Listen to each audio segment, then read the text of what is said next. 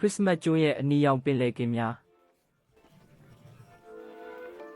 သည်အသက်ရှူရန်အမြုပ်များမှတဆင့်ရှုရှုဆူဆူထားရမည့်အစိတ်တောင်များဖြစ်သည်။ဒါကြောင့်နှစ်စဉ်မိုးရာသီပြန်လာမှသာဒီမြေပြင်ပင်လယ်ကင်များကနောက်ဆုံးတွင်ထွက်ပေါ်နိုင်သည်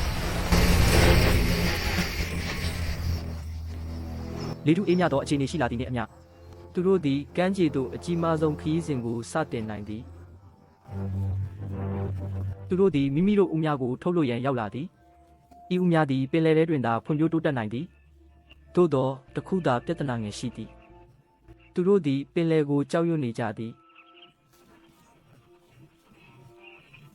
သို့သောရွေးချယ်စရာမရှိပါ။တကယ်လျင်ဦးတရသူညခန့်ကိုထမ်းဆောင်ထားသည်။ဒါကြောင့်နှစ်သုံးညအတွင်းတန်းပေါင်းများစွာသောဦးများကိုပင်လယ်ထဲသို့ထုတ်လွှတ်ကြသည်။သူတို့၏တာဝန်ပြီးဆုံးသည့်အခါကင်များသည်တစ်တောသို့ပြန်လည်သွားပါမည်။ပြီးနောက်၄ပတ်ကြာပြီးနောက်အမြင့်ဆုံးရေကြီးချိန်တွင်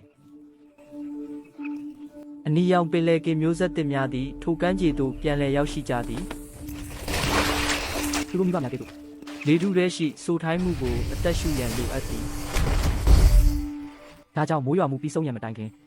ငယ်ရွယ်သောကင်များသည်မိမိတို့၏ကြီးမားသောခရီးစဉ်ကိုစတင်ရမည်ဖြစ်သည်တစ်တောထဲသို့